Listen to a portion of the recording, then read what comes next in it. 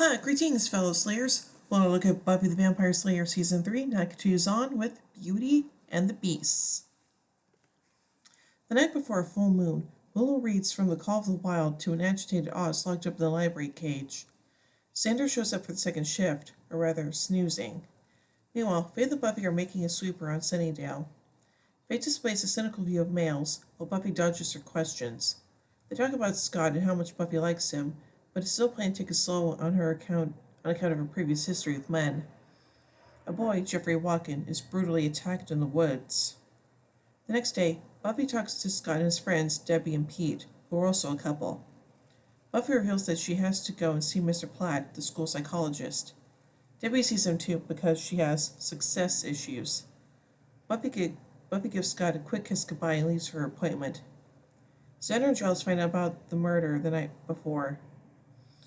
They discover that Xander slept through his watch, that the window in the pen is open. Everyone is horrified that Oz may have escaped and killed somebody. Buffy talks to Mr. Platt about her life as vaguely as she possibly can. She finds him an understanding figure, unlike Debbie's description, and begins to open up to him more and more. She seems to be on her way to resolving her issues, but on patrol that night, Angel tackles her in the woods.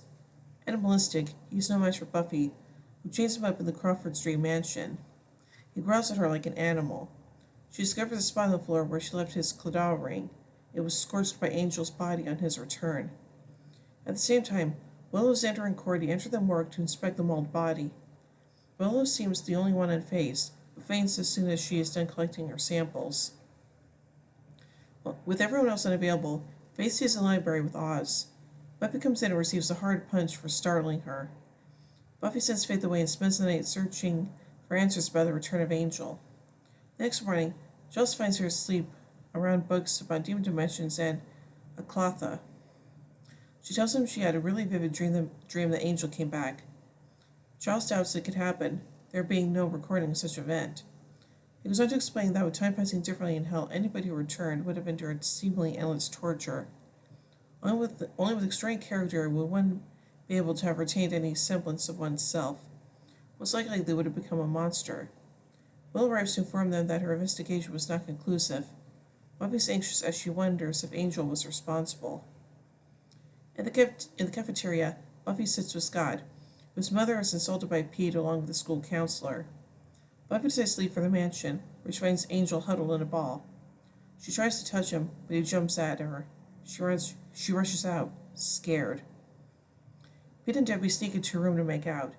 Pete discovers that one of his jars has been emptied and wants confirmation that Debbie didn't drink from it. Buffy returns to Mr. Platt's office and pours her heart out. They realize that he is dead. He was mauled too. Pete yells at Debbie, then turns into a monster with very noticeable veins running across his face.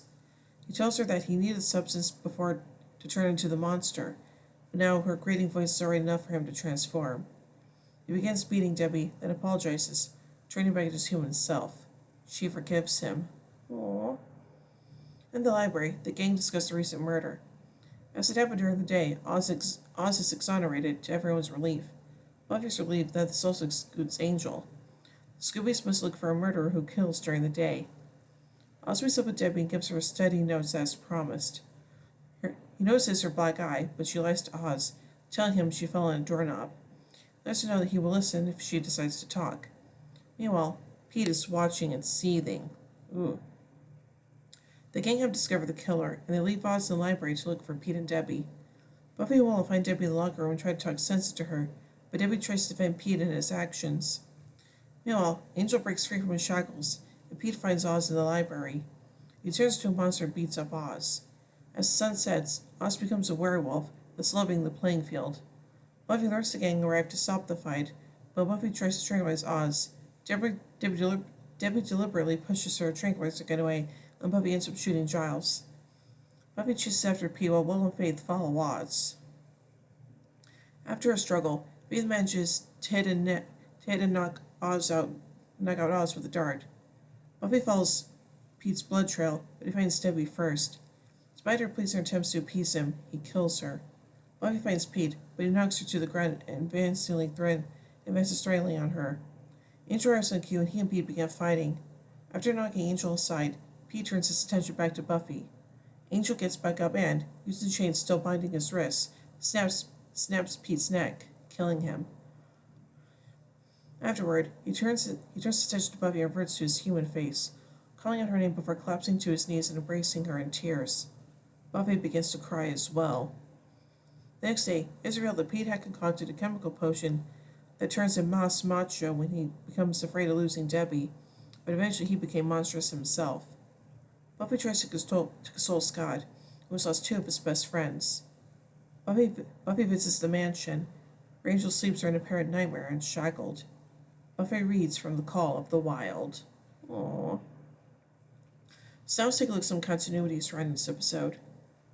Buffy will keep Angel's return hidden from the others until it's exposed in Revelations.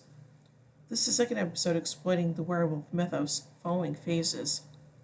Oz expresses for the first time his doubts about his deep nature and his fears not being able to control his lycanthropy. This will be addressed again in Fear itself, and Oz will seek a solution in Wild at Heart. Giles explains to Buffy's theory on parallel dimensions and mentions the dimensions where time passes faster. Buffy replies that she remembers this phenomenon, referring to her time in the Hell dimension in the episode Anne. Buffy consults the high school psychologist as ordered by Snyder in the previous episode. Buffy continues her relationship with Scott Hope, which began at the end of the previous episode. They will break up in the episode Homecoming. Buffy now has had two teachers that were nice to her and tried to understand her predicament before being killed by the Monster of the Week. Mr. Platt in this episode, and Dr. Gregory, Teacher's Pet. Mr. Platt is the eighth known member of Sunnydale High staff to die, after Dr. Gregory, the She-Mantis, Robert Flutie, Jennifer Callender, Ellen Frank, Ruth Greenlee, and Carl Marin. Aw, that's a bummer. So let's take a look at a production note surrounding this episode. Oz's werewolf form, last seen in Phases, is radically changed. In Phases, the werewolf was portrayed as a gray bipedal creature with a wolf-like head. Beginning in this episode, his fur is a darker brown, he moves largely on four legs, and has a human-like hairless face with no muzzle. And now finally, let's take a look at some pop culture references. Will and Buffy read from the 1903 novel The Call of the Wild by Jack London. Faith references the TV show Maximal and the book The English Patient. Willow uses the Scooby-Doo lunchbox to hold her forensics kit. Pete mentions the fashion dolls Barbie and Ken.